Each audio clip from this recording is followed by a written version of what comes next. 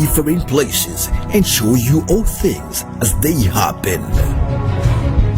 Why and who was involved? We don't just break it, but give you credible, factual, and verified news. Because we are Rainbow Television, the moment of truth has come.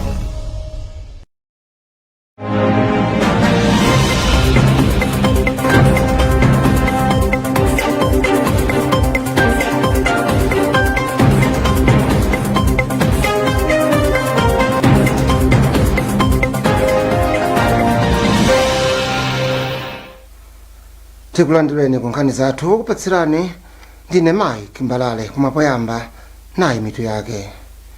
Pali mantha kuti ntchito za migodi zitha kusayenda bwino ngati dziko lino lingalephere kupereka ripoti lokhudza izi pakutha pa mwezi uno. Akatswiri alangiza Malawi kuti asinthe maganizo pa katemera wa COVID-19. Chipani cha DPP achilangiza kuti chidekhe posankha mlowa m'malo wa president wakale wa chipanichi Mutharika.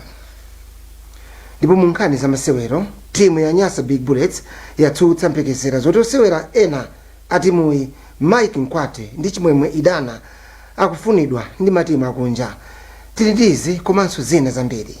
Khalani pomwepo.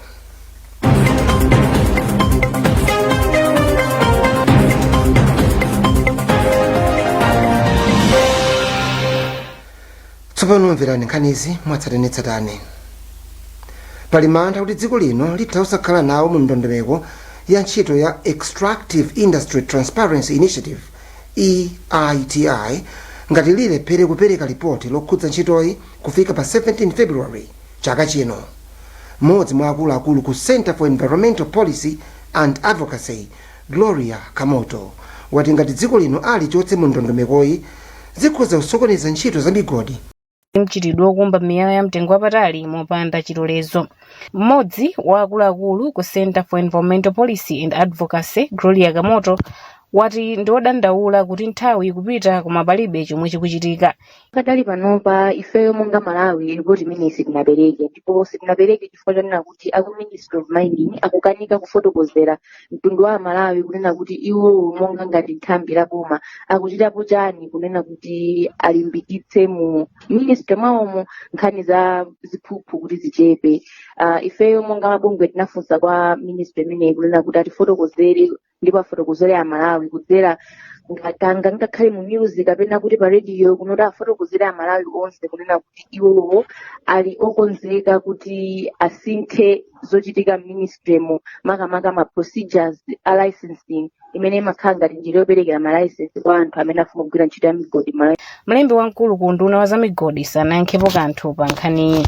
Chaka chatha komiti yoona zachilengedwe mu nyumba ya malamulo inalamula kuti ntchito zonse za migodi ziyime pofuna kupereka mwayi pakafukufuku pa nkhani zachinyengo zomwe zikuchitika pa nkhani za migodi. Mawu ake wa pampando wa komiti yoona zachilengedwe Welani Chilenga wati akukambirana ndi undunawo pa nkhaniyi. Malo mwa Rainbow ndine Blessings Mpinganjira.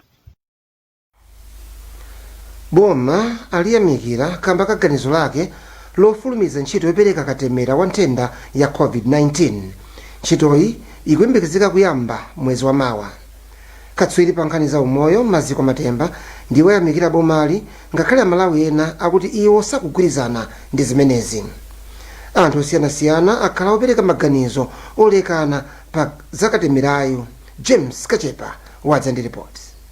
La mulungu lapitali dziko lino linalengeza ganizo lake pa nkhani ya katemera wa COVID-19 ndipo lapanga chisankho chotenga mbali mu ntchito ya katemerayi. Kutsatira izi magulu osiyanasiyana akupereka maganizo omwe ambiri mwa iwo akususana ndi ganizo loyamba katemera wa muliriwu. Katswiri pa nkhani za umoyo Maziko Matemba akuyamikira kwambiri pa zachikonzerochi chomwe akuti ndi ntchito yopatulika mu nkhondo yolimbana ndi kufala kwa muliriwu. Kubwera kwa katemera ameneyi kuthandiza kwambiri komanso china chimene ndingafotokoze apa nchona kuti pa malamulo za umoyo palibe munthu amene amakhakamizidwa kulandira ntchito zochenda chithandizo cha za umoyo chimene mwina akuchikayikira kuli anthu ambiri amalawi amene akudikira katemera amene ipeza kukhala kulandira mafoni kuyamba kulandira makalata kuti misisa kuti katemera amene abwere chifukwa leti ya anthu amene akufera komanso akudwalira mzipatala zathu tena zivasi 2 months kuti njira zina zipezeke. Katemera ndi njira imodzi imene imathandiza kuteteza matenda kuti asachitike kuti munthu sadwale. Koma magulu ena akudera nkhawa paganizoli ponena kuti pali malipoti ochuluka kuchokera m'mayiko ena okhuza kuyipa kwa katemerayu ndipo akuti sipofunika kuti dziko lino litenge mbali pa ndondomekoyi. Monga ife ngati nzika za ku Malawi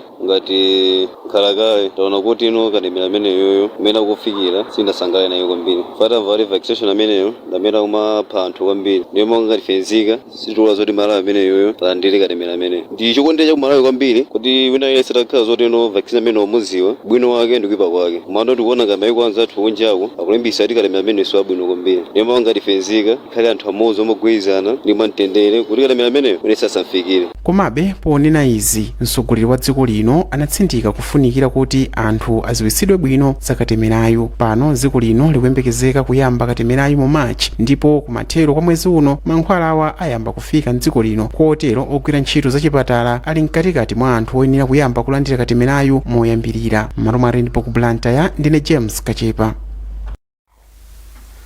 Apolisi mdziko muno atakumana ndi mavuto pa ntchito yonetsetsa kuti malamulo omwe adakhazikitsidwa othandiza kupewa matenda a COVID-19 atsatidwe.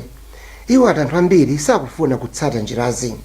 Ofalitsa nkhani za polisi mdziko muno James Kadazera wati padakali pano atsekera anthu 30 mu chitolokosi chawo kamba kusatsatira malamulo opewera matendawa. Iwo apolisi ayesetsa ndipo apitizabe kuyesetsa kukhwimitsa chitetezo ponetsetsa kuti malamulowa akutsatidwa. Blessings Pinganjira wadza ndi report. Ofalitsa nkhani za polisi mdziko muno James Kadazera asiye kutsatira ndondomekozi. Ndipo amalawi ambiri akutsatira malamulo amene awaso. Koma pali ena ochepa chabe amene safuna kutsatira madaladalaso.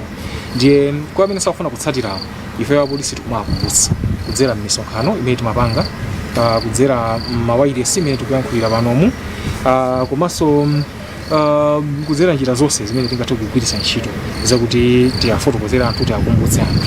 Mtsogoleri wa dziko lino motsogozana ndi komiti yapadera yothana ndi matenda a COVID-19 analamula kuti malo azisangalalo azisiya kugwira ntchito 8 koloko madzulo. Popereka uthenga wake la Mulungu, mtsogoleriyu wati chibwerenza cha COVID-19 chomwe chakuta dziko lino chachokera mdziko la South Africa. Mwezi wa Januwale okha anthu 702 chaka chino afa ndi matendawa. Chiyambire ndi matendawa mdziko muno mwezi wa April chaka cha 2020. Malo mwa Rainbow ndine Blessings Mpinganjira. Kusintha amene anthu amaganizira ati kukhala kovuta kukhazikika maka madera akumudzi. Katswiri pa nkhani za chikhalidwe ndawa zake Tole wati boma likuyenera kuzindikira kuti chikhalidwe chikuyenera kukhalapobe ngakhale dziko likudutsa mnyengo yovuta ya COVID-19. Mtsogoleri wa dziko lino Lazarus Chakwera la Mulungu adapempha kuti makonsolo akumane ndi mafumu kuti aone momwe anthu amadera kumidzi aziyendetsera miyambo ya maliro kuchokera ku Mzuzu. Nayu tioneri wanga Nkhani yonse.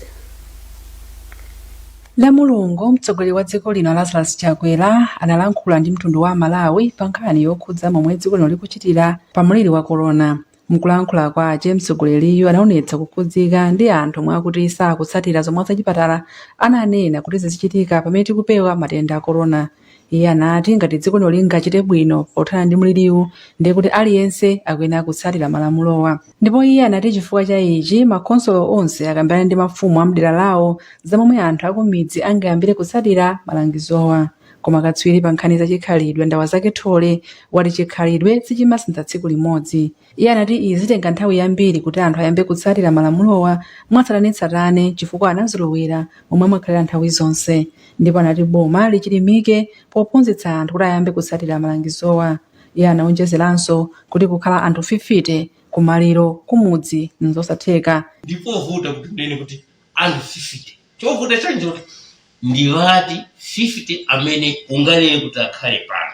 Ndiponso ndi ndani amene angalamule kuti inu ndi inu chokanefa amene akulamula kuti inu ndi inu chokanefa anena kuti okay ukuti chonse kuti umadana ndi amene wamalira ukuti chonse kuti si mbali wako weneweni kaili village headman anena kuti okay ndi village headman wako situtani sitikuufuna chifanya kuti iwe kuti thamangisa pamaliro tizaona maliro akashitika kwanu kuti zakusiye ndichovuta kuti tinene kuti pamaliro anthu angachisatire koma chimene tithandize nacho pamaliro pomwepo tiwathandize ndi njira zoti angaziteteze ku coronavirus mamaski akhalepo anthu azisamba m'madzi. Thole anati koma kukhala malo awekha modzipatula sichachilendo kwa anthu akumidzi.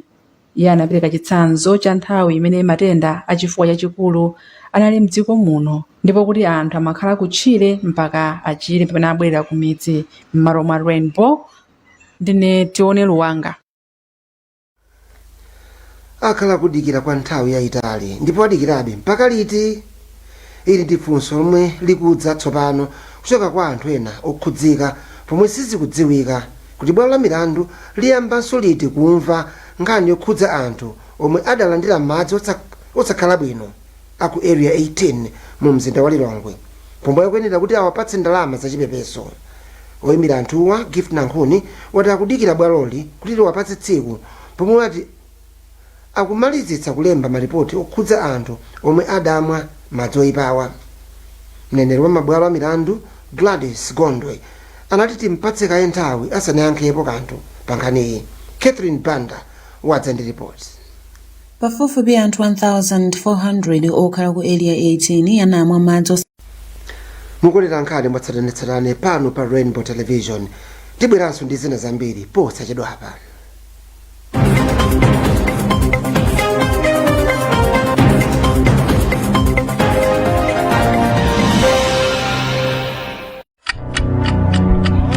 Right on time. We take you to different places and show you all things as they happen. Why and who was involved. We don't just break it, but give you credible, factual, and verified news. Because we are Rainbow Television. The moment of truth has come. Rainbow Television was, is, and will always be with you, regardless of what you are passing through. We will help you connect live to your friends and families, preach or teach to the members of your church or mosque, live classroom sessions, and all this at an affordable price. Now it's time to call us on the following numbers. Rainbow Television, the moment of truth has come.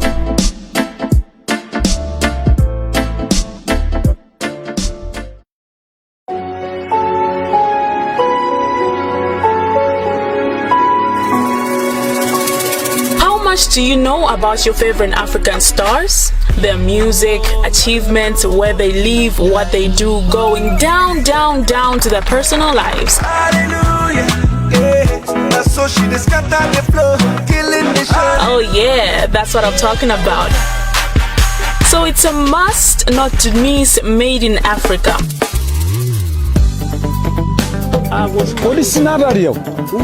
From Africa by Africans. With me, LT the Smart One, as I take you on an entertainment journey across the African continent.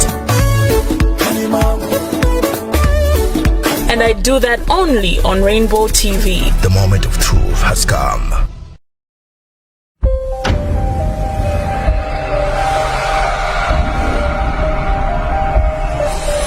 Rainbow Television.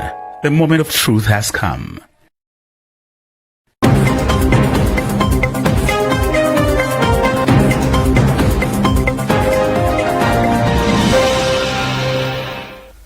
Takulandiraninso ndipo muli ndine Mike Mbalale.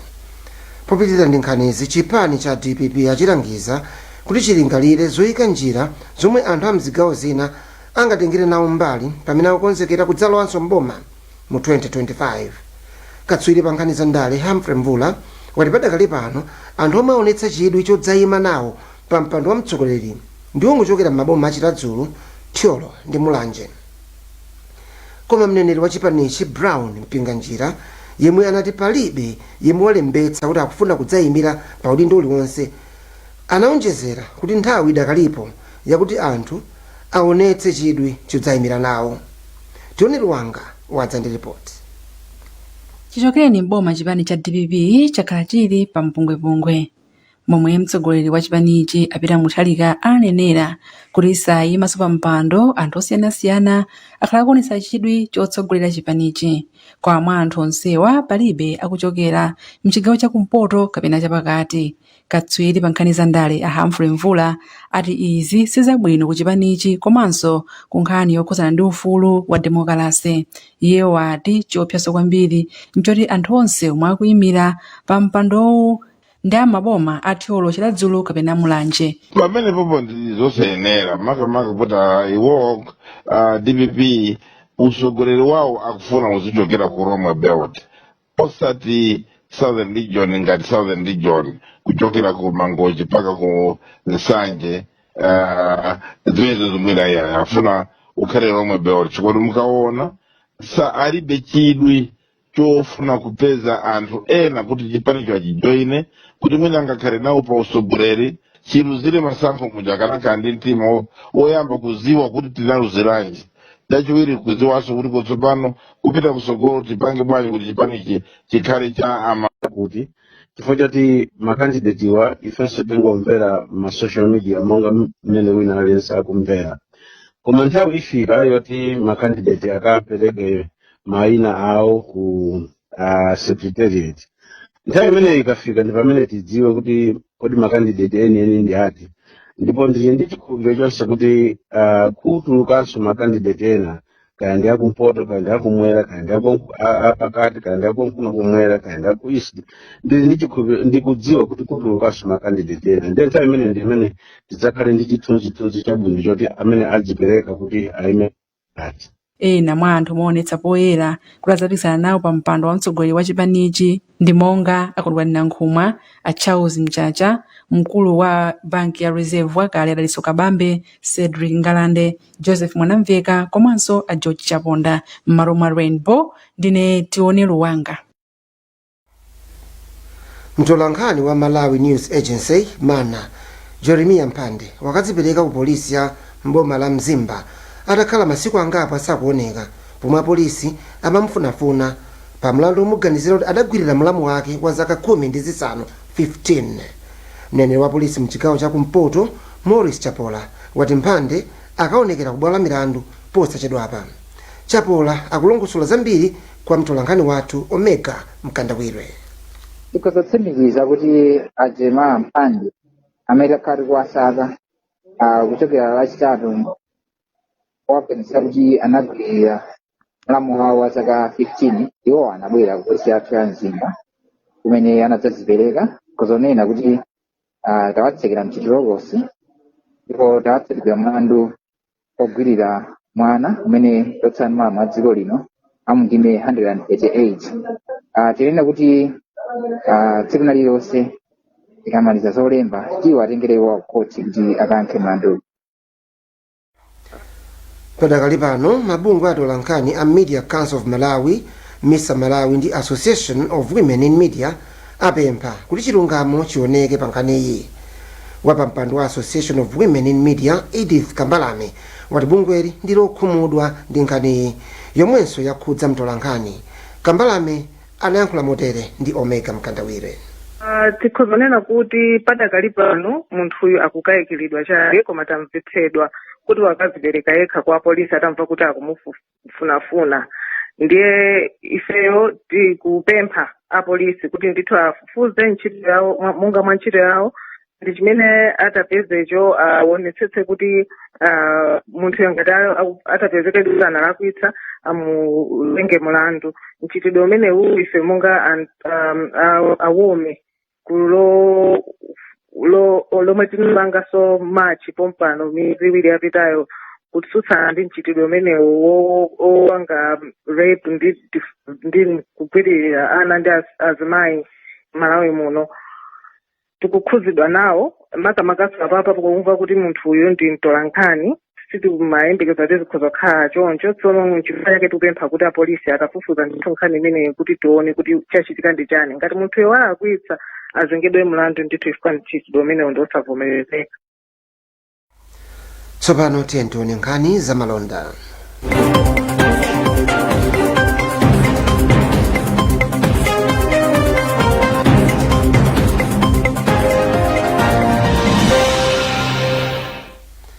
katswiri pa nkhani za chuma Ben Kaluwa wati dziko lino lili ndi mwayi kuti chuma chake chitha kukwera chaka chino.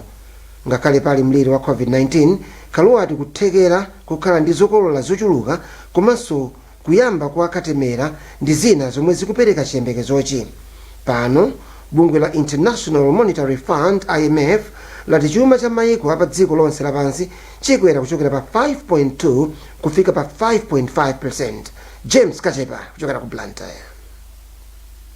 Mkatikati mwa gawo loyamba la 2020 bungwe la International Monetary Fund linalengeza zakutsitsa kwa chiyembekezo pakukwera kwa chuma kufika pa 5.2% kamba ka muliri wa COVID-19, koma potsiriza mwezi wa Januwale chakachi bungwe la IMF lati lasinthanso chiyembekezo chake pakukwera kwa chuma, ndipo pano pali kuthekera kuti chuma m'mayiko chitha kukwera kuchoka pa 5.2% kufika pa 5.5% mchakachi. Mawu ake katswiri pa chuma Ben Kaluwa wati pali kuthekera kuti dziko lino litha kukwaniritsa kuchita bwino pa chuma ngakhale pali muliri wa COVID-19. Kaluwa wati pali chilimbikitso kuti dziko lino litha kuchita bwino pa ulimi, komanso katemera wa COVID-19 yemwe ayambe mwezi wa mawa ndi zina mwa zomwe zingathe kuthandizira kuchita bwinoku. Chuma chama chimadalira zinthu zophweka kwambiri kosa mayiko ena ali ngati mayiko olemera omwe timaona kuti za COVID-19 even mbali ya ulimi anthu ndithu anakhudzidwa kwambiri ulimi alima kachani zipatso nkupeza kuti akusowa anthu okolola so dziko lama ndiophweka njira imeneyo kuti zomwe timadalira chakufodya chakudya za straightforward. Ndine James Kachepa. Tsopano tione nkhani za masewero.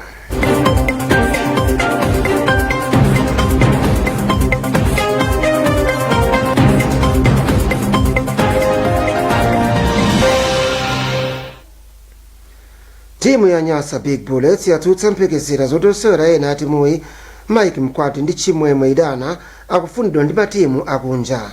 Malinga ndi mkulu oyendetsa timuyi Albert Chigoga wati iwo sadalandire uthenga uliwonse kuchokera ku timu iliyonse kufunsa za osewerawa. Padakali pano osewera awiri a timuyi Peter Banda akuyesa mwayi wake ku timu ya FC Sheriff Transpol ya dziko la Moldova, pamene Precious Sambani ali ku timu ya Golden Arrows mdziko la South Africa. Kuchokera ku Mzuzu Paul Kalaje.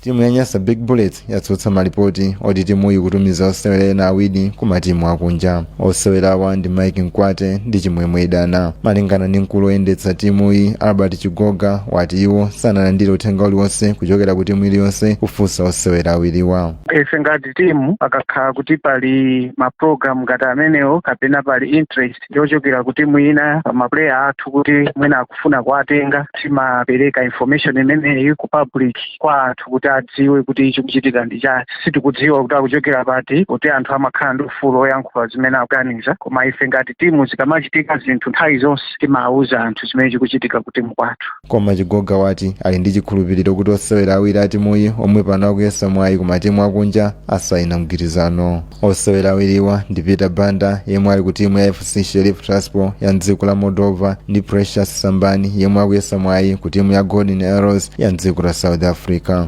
Sabata yatha oyang'anira osewera timu ya Flames Clement Kafwafwa anauza Rainbow kuti ngati osewera awiriwa apeze matimu akunja ukhala mwayi waukulu ku timu ya Flames. Malo mwa Rainbow ku Blantyre ndine Paul Kalaje. Ngati zonse pali kuthekera kuti katswiri omwetsa zigoli wa Flames yemwe wakhala kusiyidwa mbuyomu Khuda Muyawa atha kuyitanidwanso ku timuyi masewera otsiriza odzigulira malo mu ndime yotsiriza ya AFCON omwe Flames isewere. Pomwe osewera wa Polokwane City akuchita bwino ndipo padakali pano wamwetsa zigoli ziwiri ku timuyi. Koma mphunzitsi wamkulu wa Flames Meki Mwase anakana kuyankhulapo pa nkhaniyi ponena kuti zonse zidziwika sabata yamawa pomwe atulutse mndandanda osewera kuti ayambe kuchita zokonzekera.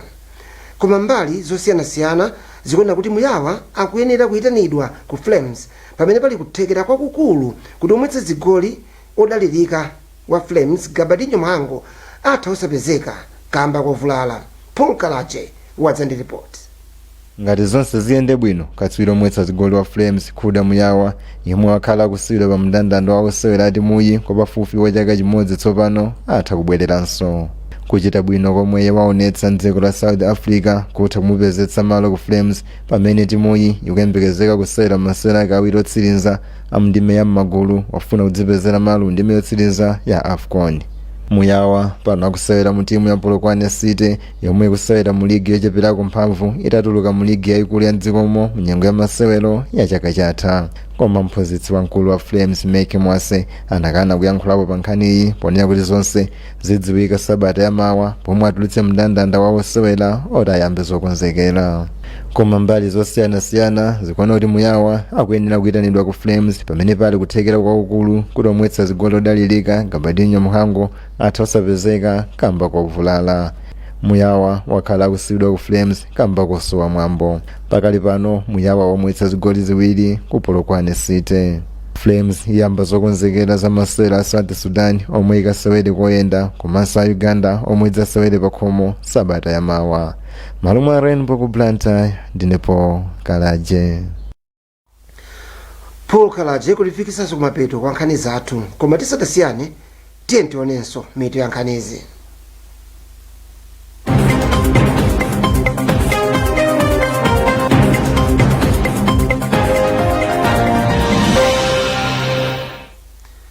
Pali mantha akulu akuti ntchito za migodi zitha kusayenda bwino ngati dziko lino lilephere kupereka ripoti lokhudza izi pakutha pa mwezi uno. Akatswiri alangiza Malawi kuti asinthe maganizo awo pakatemera wa COVID-19. Chipani cha DPP achilangiza kuti chidekhe posankha mlowa m'malo wa Mutharika. Ndipo mu nkhani za masewero timu ya Nyasa Big Bullets yatsutsa mphekesera zomwe zakhala zikumveka kuti osewera ena ati muyi Mike Mkwate ndi chimwemwe idana akufunidwa ndi matimu akunja. Munali ndine Mike Mbalale, kaonerani Rainbow Television.